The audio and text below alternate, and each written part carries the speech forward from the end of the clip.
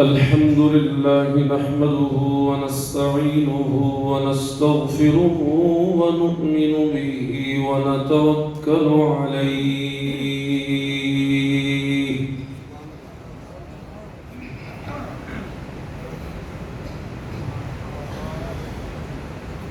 ونعوذ بالله من شرور أنفسنا ومن سيئات أعمالنا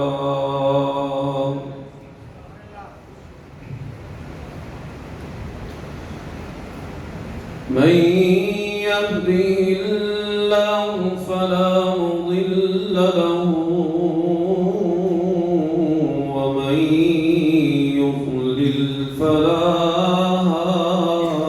هادي له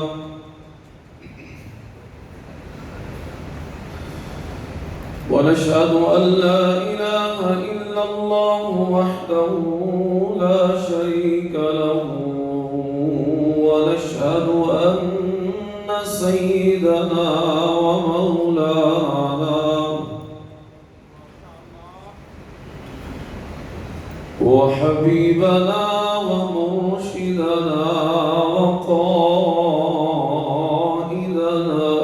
محمدا عبده ورسوله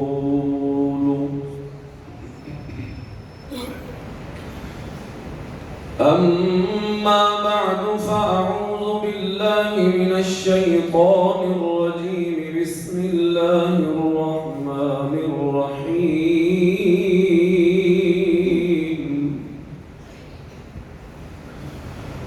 ما كان محمد أبا أحد من رجالكم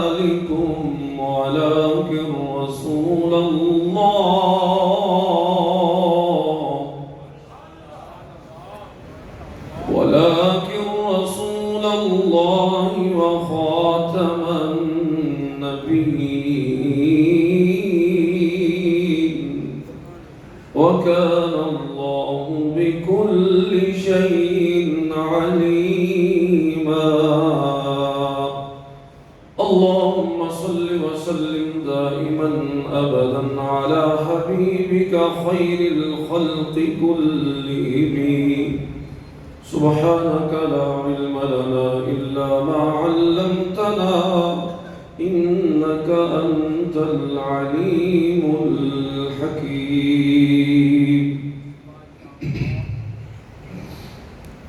حضرات ذی وقار سٹیج پہ موجود علماء کرام بالخصوص میرے استاذی محترم شیخ الحدیث حضرت مولانا مفتی محمد آصف صاحب اور ان کے علاوہ آپ تمام سامعین احباب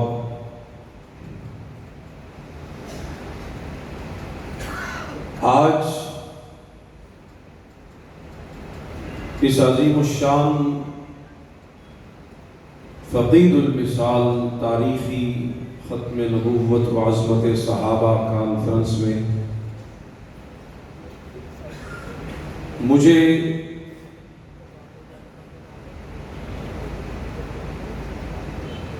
مختصر وقت میں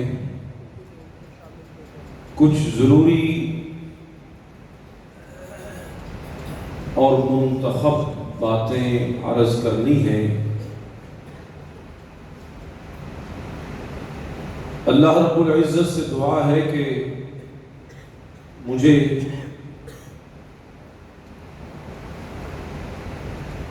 حق اور سچ کہنے کی توفیق دے اور ایسے کلمات میری زبان پہ اللہ جاری کرے کہ جس کے نتیجے میں میرا اور آپ کا یہاں آنے کا مقصد پورا ہو جائے۔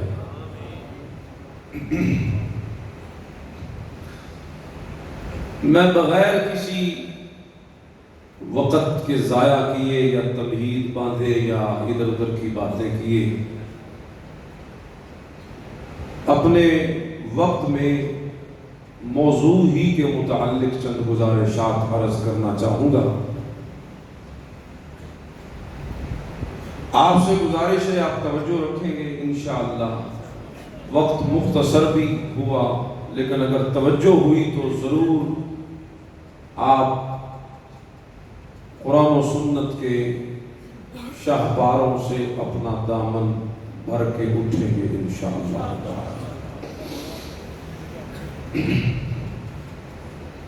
میرے دوستو، عقیدہ ختم نبوت، مسئلہ ختم نبوت مسلمانوں کا اجماعی اور اتفاقی عقیدہ ہے۔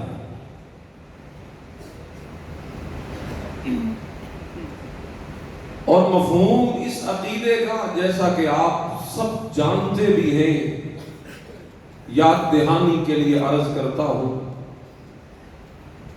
کہ یہ نظریہ اور عقیدہ رکھنا کہ حضور اکرم صلی اللہ علیہ وسلم کے بعد کوئی نیا نبی نہیں آئے،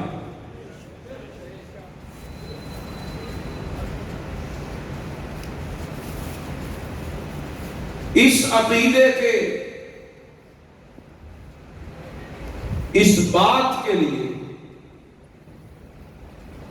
اگرچہ دلائل کی ضرورت نہیں ہے، ہمارا ایمان اس چیز کا متقاضی ہے، لیکن ماحول ایسا ہے کہ فتنوں کا زمانہ ہے، نت نئے فتنے سر اٹھاتے ہیں۔ تو پھر اس زمانے میں جبکہ ہر نوجوان اپنے ہاتھ میں موبائل لیے ہر کسی کی بات سن رہا ہے،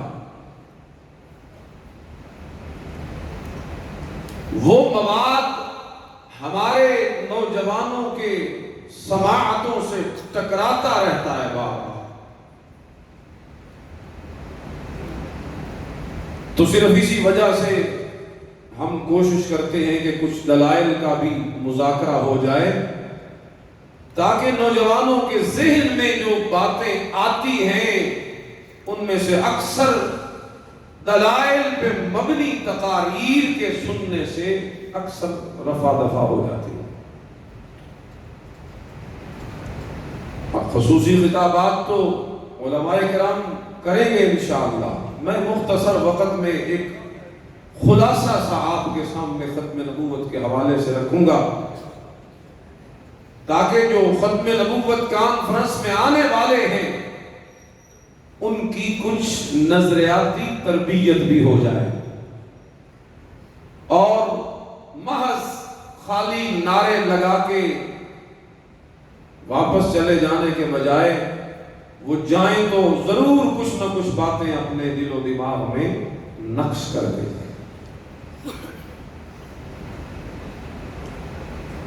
ہم اہل سنت کا یہ اجماعی نظریہ ہے کہ شریعت کے دلائل 4 ہیں۔ بولیے کتنے ہیں؟ 4۔ کتاب اللہ، سنت رسول اللہ، حضور کی احادیث، اور پھر آپ کے وہ طریقے جو آپ نے صحابہ کو سکھلائے، پھر اجماع صحابہ کا، علماء امت کا اجماع، ایک مسئلے پہ سب کا اکٹھا ہو جانا، جمع ہو جانا، یہ بھی شریعت کی ایک دلیل ہوتا ہے، اس سے بھی حکم ثابت ہوتا ہے۔ اور چوتھی دلیل ہے قیاس، یعنی یہ جو 4 دلائل شرع ہیں، ہم اور کہیں نہیں جائیں گے، ختم نبوت کے اس مسئلے کو انہی 4 دلائل پہ مختصر 5-5 منٹ لے کے اسے پرکھیں گے، تاکہ اللہ کرے یہ عقیدہ ہمارے دلوں میں راسخ ہو جائے۔ سب سے پہلا نمبر کتاب اللہ، آپ قرآن کریم اگر اٹھائیں آپ کو آیات کا ایک ذخیرہ ملے. علماء نے لکھا ہے کہ ختم نبوت کے عنوان پہ قرآن کریم میں 100 آیتیں. کتنی آیتیں ہیں؟ 100 آیات ہیں جو ختم نبوت پہ دلالت کرتی ہیں. ہمیں وقت نہیں کہ وہ ان میں سے چند بھی پڑھوں، اتنا بھی وقت نہیں، صرف خلاصہ آپ کو بتاتا ہوں. کچھ آیات وہ ہیں جس میں انبیاء کرام علیہ السلام کی نبوت کو جب ماننے کا ذکر ہوا نا تو صرف اتنا ہی کہا گیا کہ ایمان والے وہی ہیں جو آپ کی نبوت پہ ایمان لاتے اور آپ سے پہلوں کی نبوت پہ ایمان لاتے. اس طرح کی کئی آیتیں ہیں جس میں حضور کی نبوت اور حضور سے پہلی نبوتوں کا ذکر تو ہے، لیکن حضور کے بعد آنے والی کسی نبوت کا ذکر. تو یہ جتنی آیتیں ہیں یہ ساری ختم نبوت کی دلیل کہ اگر نبی علیہ السلام کی نبوت کے بعد بھی کسی نبوت کی گنجائش ہوتی تو پچھلی وحی کے ذکر کرنے کے بعد آنے والی اگر کوئی وحی ہوتی تو اس کا ذکر بھی آیات میں موجود ہوتا. والذین یؤمنون بما انزل الیک وما انزل من قبلک. اسی طرح کچھ آیات وہ ہیں جس میں انبیاء کرام کی نبوت کو ماضی کے صیغے سے ذکر کیا ہے کہ دے چکے ہم انبیاء کو نبوتیں عطا کر چکے، یعنی اگر آئندہ بھی کسی کو دینی ہوتی تو اس کا ذکر بھی ہوتا.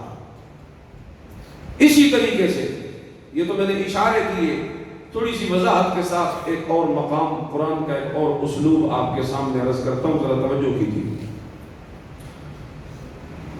جناب سیدنا آدم علیہ السلام اللہ نے دنیا میں بھیجا تو کیا فرمایا؟ قُلْنَا اهْبِطُوا مِنْهَا جَمِيعًا فَإِمَّا يَأْتِيَنَّكُمْ مِنِّي هُدًى فَمَنْ تَبِعَ هُدَايَ فَلَا خَوْفٌ عَلَيْهِمْ وَلَا هُمْ يَحْزَنُونَ.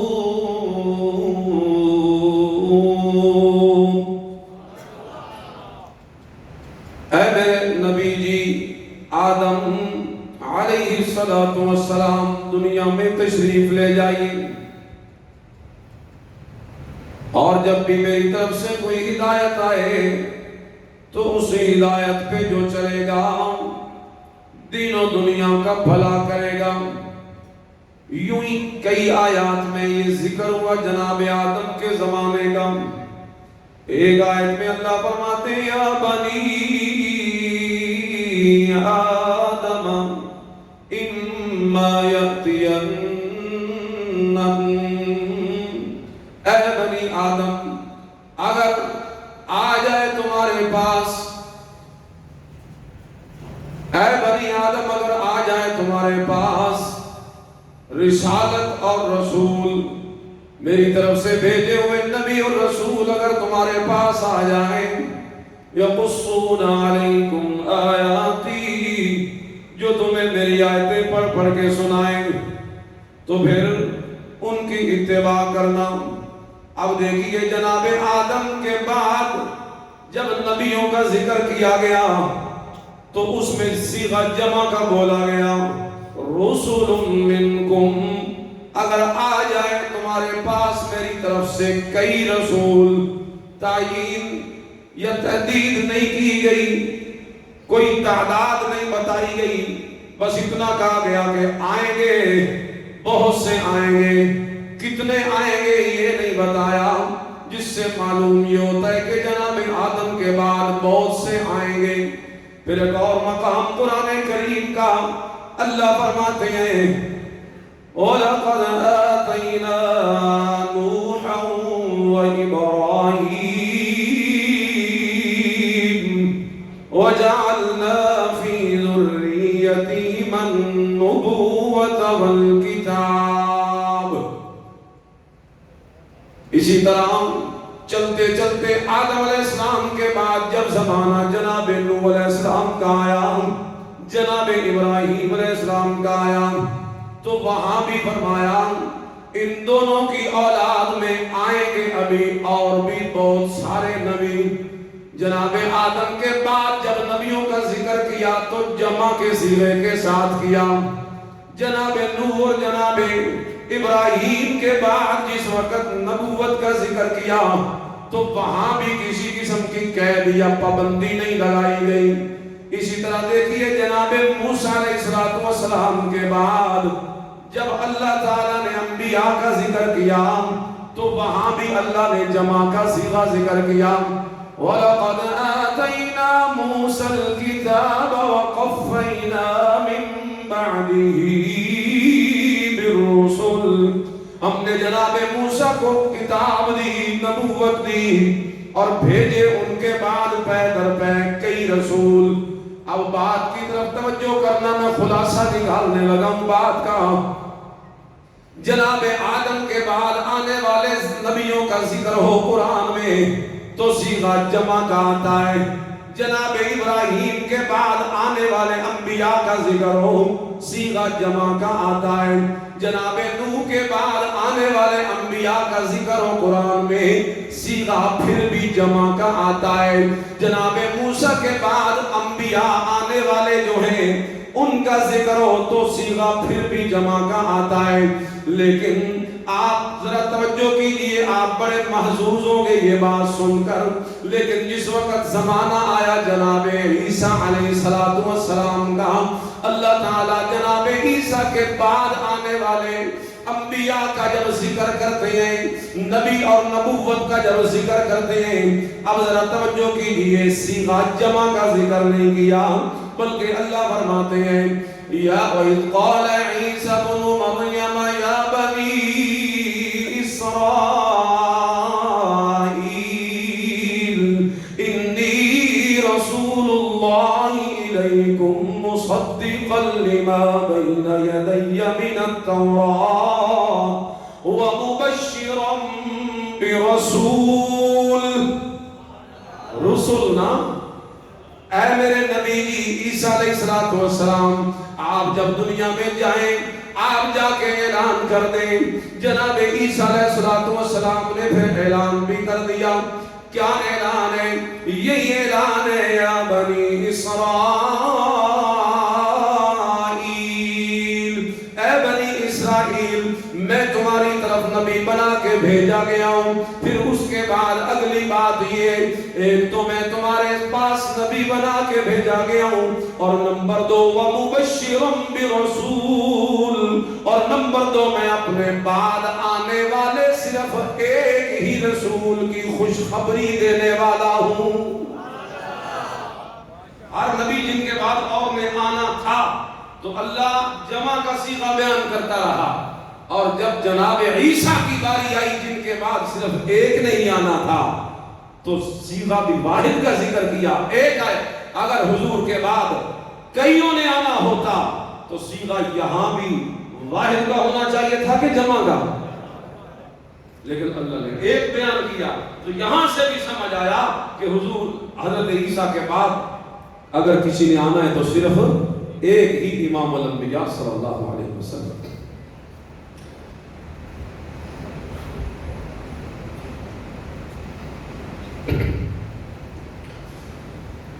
یہ قرآن کریم کا صرف ایک اسلوب میں نے آپ کے لیے مشہور آیت بھی پڑھ دیتا ہوں. ما كان محمد نبا احد من رجالكم ولكن رسول الله وخاتم النبيين. اللہ فرماتے ہیں جناب محمد رسول اللہ صلی اللہ علیہ وسلم خاتم النبیین ہے. اب توجہ میری طرف کیجئے. خاتم النبیین کا معنی مرزائی حضرات، قادیانی حضرات نبوت کی مہر لیتے ہیں، یعنی آپ نبیوں کی مہر بن کے آئے، یعنی جس پہ آپ مہر لگاتے جائیں گے وہ نبی بنتا جائے گا. حالانکہ اگر اس آیت کو معنی کے اعتبار سے ہٹا کر صرف سیاق و سباق کے اعتبار سے بھی دیکھا جائے تو پھر بھی یہ معنی فٹ نہیں آتا نبیوں کی مہر والا.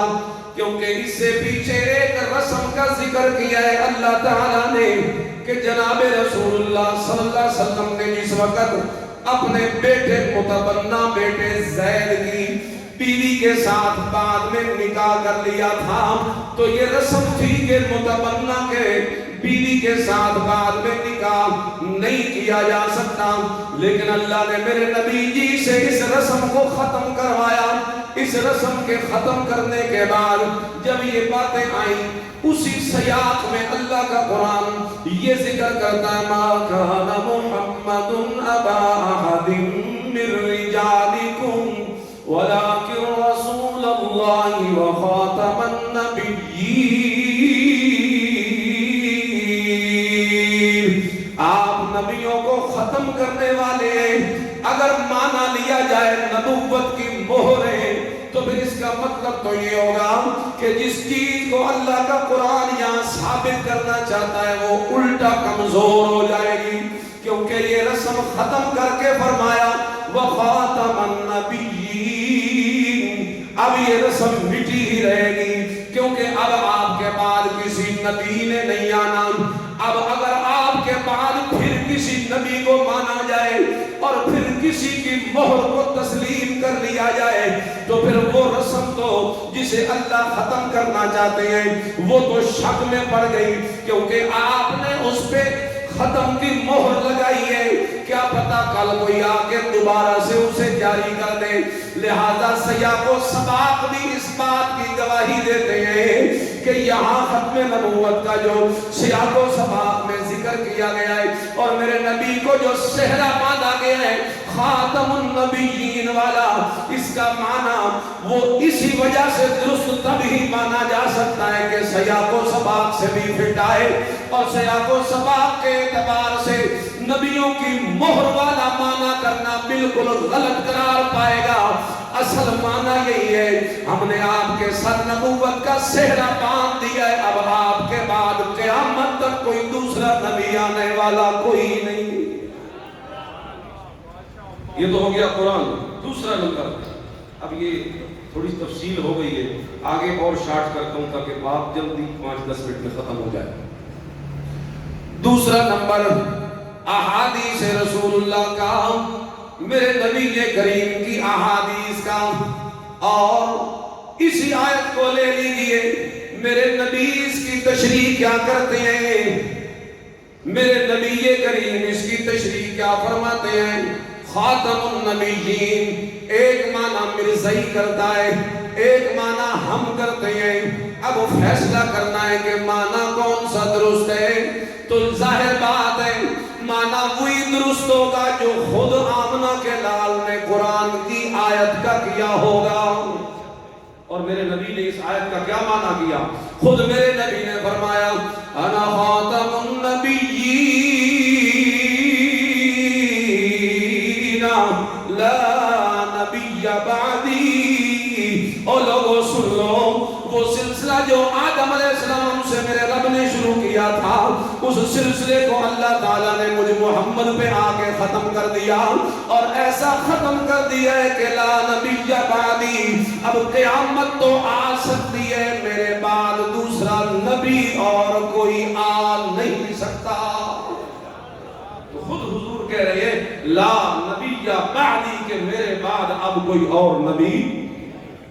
اب وقت نہیں، ورنہ خلاصہ بتا دیتا ہوں، یہ تو میں نے ایک حدیث پڑھی ہے، علماء نے لکھا ختم نبوت کے دلائل میں 210 احادیث ہیں۔ کتنی؟ زور سے بولے، یاد ہو جائے گا کتنی؟ اور قرآن کی آیتیں کتنی ہیں؟ 100 پورا، اور حدیثیں 210۔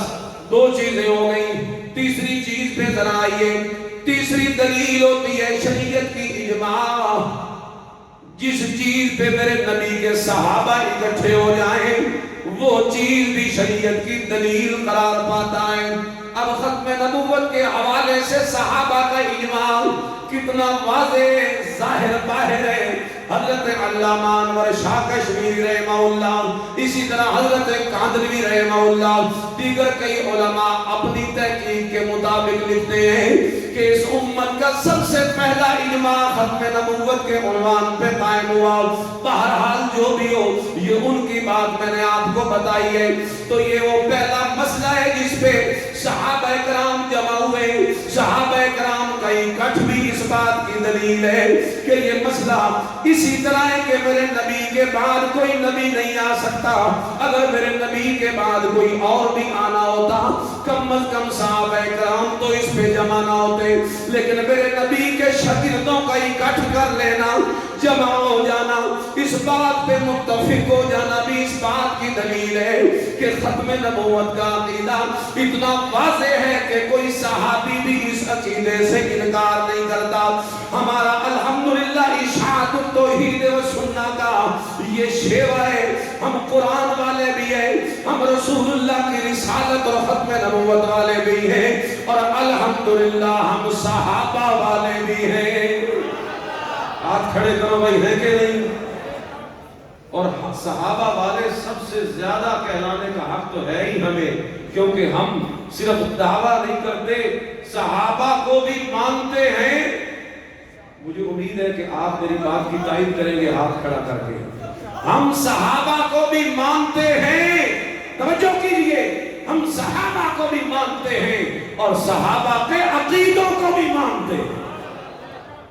یہ ہو کہ صحابہ کو مانے اور صحابہ کے عقیدوں سے انحراف ہو، صحابہ کے نظریات سے، تو پھر وہ تو محض دعویٰ ہے. الحمدللہ ہم صحابہ کو ماننے والے، صحابہ کے اجماع کو ماننے والے.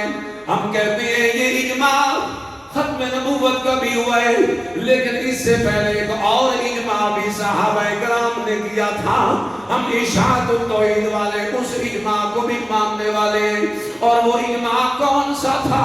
وہ اجماع میرے نبی کریم کی وفات پہ تھا. وہ اجماع میرے نبی کی وفات پہ تھا. پر وہ میرا موضوع نہیں، ختم نبوت میرا موضوع ہے. صحابہ کرام کا اجماع دیکھئے، ایک جھلک پیش کرتا ہوں 5 منٹ میں، توجہ کیجئے گا.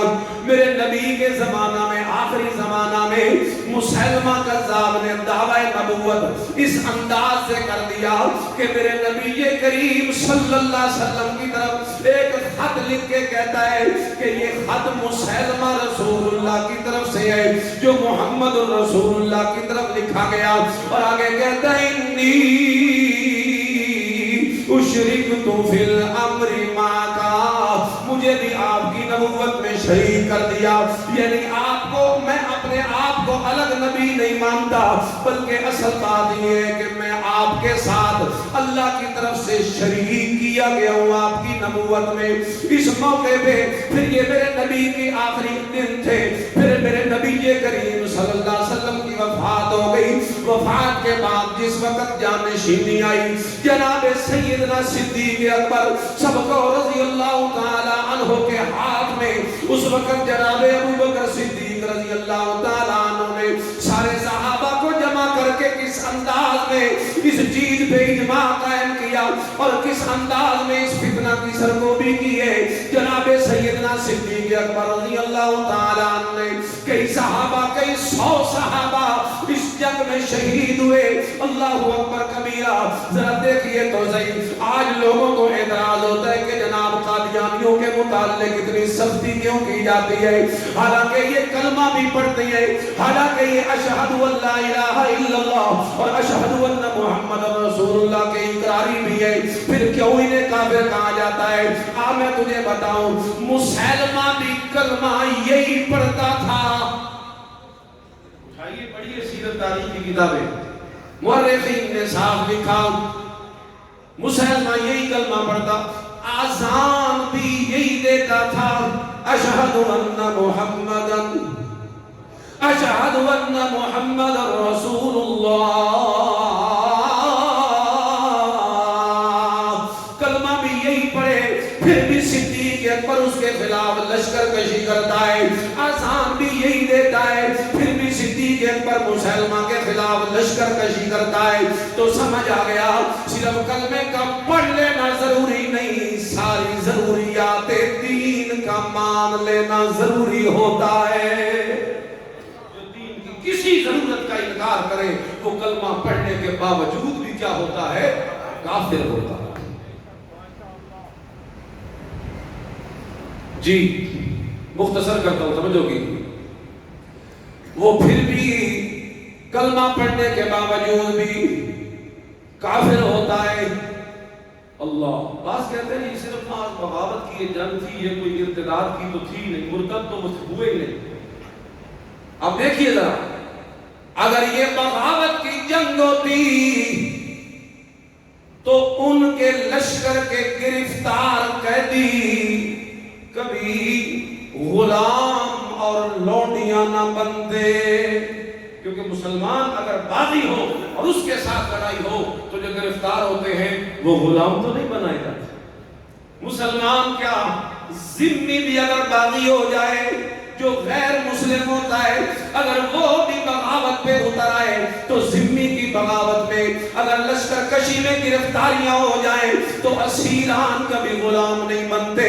لیکن یہاں دیکھیے، یہاں جناب صدیق اکبر نے مسلمہ کے لشکر کے تمام قیدیوں کو غلام بنا دیا، ان کی تمام عورتوں کو لونڈیاں بنا دیا، بلکہ اس سے اگلی بات کہوں، انہی لونڈیوں میں سے ایک لونڈی حضرت علی ابن ابی طالب کے حصے میں آئی اور اسی لونڈی سے حضرت علی کا بیٹا محمد بن حنفیہ پیدا ہوا۔ اگر یہ ارتداد کی مرتد ہونے کی جنگ نہ تھی تو پھر غلام کیوں بنایا گیا؟ قیدیوں غلام تب بنایا جاتا ہے جب آگے مرتد ہو۔ اللہ غیر مسلم عربی اللہ اکبر کبیرہ۔ یہ ہو گیا صحابہ کا اجماع۔ آخری بات، چوتھی دلیل ہے قیاس۔ عقل بھی یہی کہتی ہے کہ میرے نبی کے بعد اب کوئی نبی نہیں ہونا چاہیے۔ قرآن کی 100 آیتیں بھی یہی کہتی ہیں، 210 حدیثیں بھی یہی کہتی ہیں، صحابہ کا اجماع بھی یہی کہتا ہے اور قیاس بھی یہی کہتا ہے۔ اب ذرا 2-3 باتیں اس میں 2-3 پوائنٹ عرض کرتا ہوں۔ پہلی بات، جتنے نبی پہلے آئے، ایک نبی کے چلے جانے کے بعد اگلے نبی کی ضرورت کیوں پیش آتی تھی؟ 3 وجوہات ہوتی تھی اگلے نبی کے آنے کی۔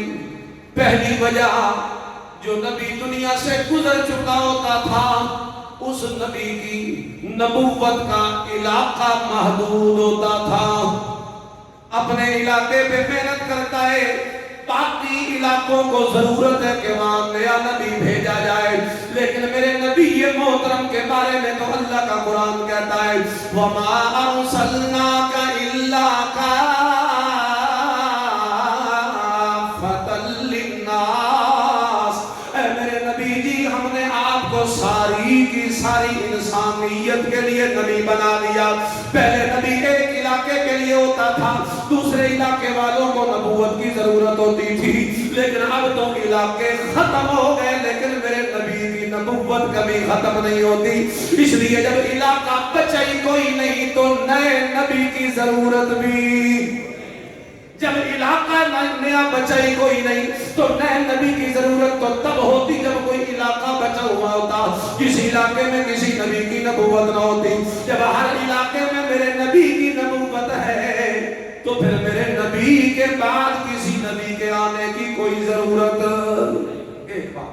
دوسری بات، نبی دوسرا تب آیا کرتا تھا جب پچھلے نبی کی کتاب میں تحریف ہو جاتی تھی، بدل جاتی تھی۔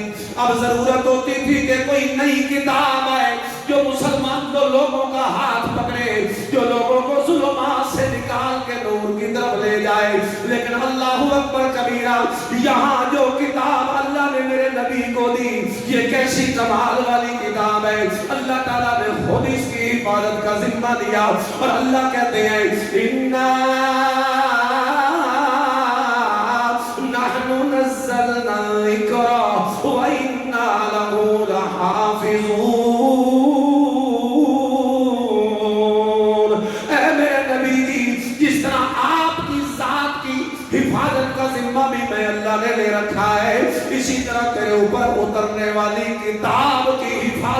ذمہ بھی میں اللہ نے لے رکھا ہے۔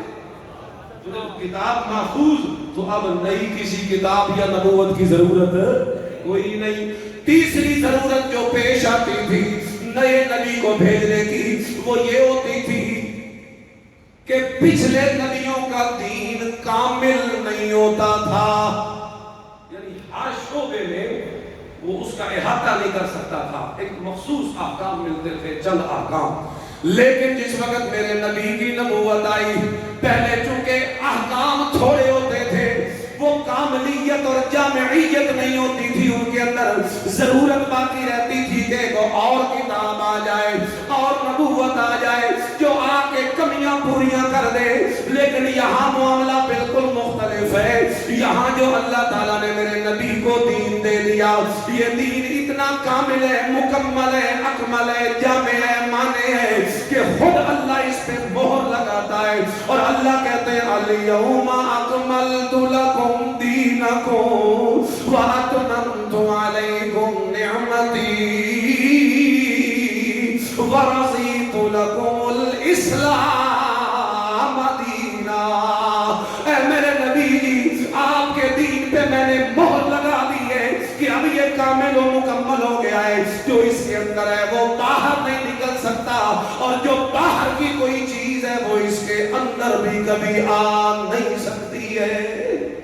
یہی تین ضرورتیں ہوتی تھیں، جب وہ تینوں ضرورتیں میرے نبی کے آنے سے پوری ہو گئی تو اب کسی نئی نبوت کی بھی ضرورت ہے۔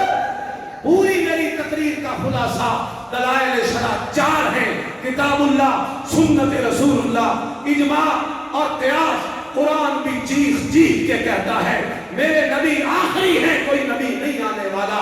210 حدیثیں پکار پکار کے کہہ رہی ہیں میرے نبی آخری ہیں، کوئی نیا نبی نہیں آنے والا۔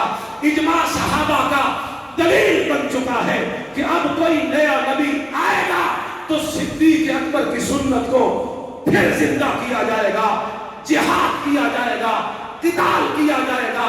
اور چوتھی دلیل قیاس ہوتی ہے، عقل بھی یہی کہتی ہے جب دین مکمل تو نئے کی ضرورت نہیں، جب نبی عالمی تو کسی اور کی ضرورت نہیں، جب علاقے سارے کور تو اب کسی اور نبی کی پھر بھی ضرورت ہے۔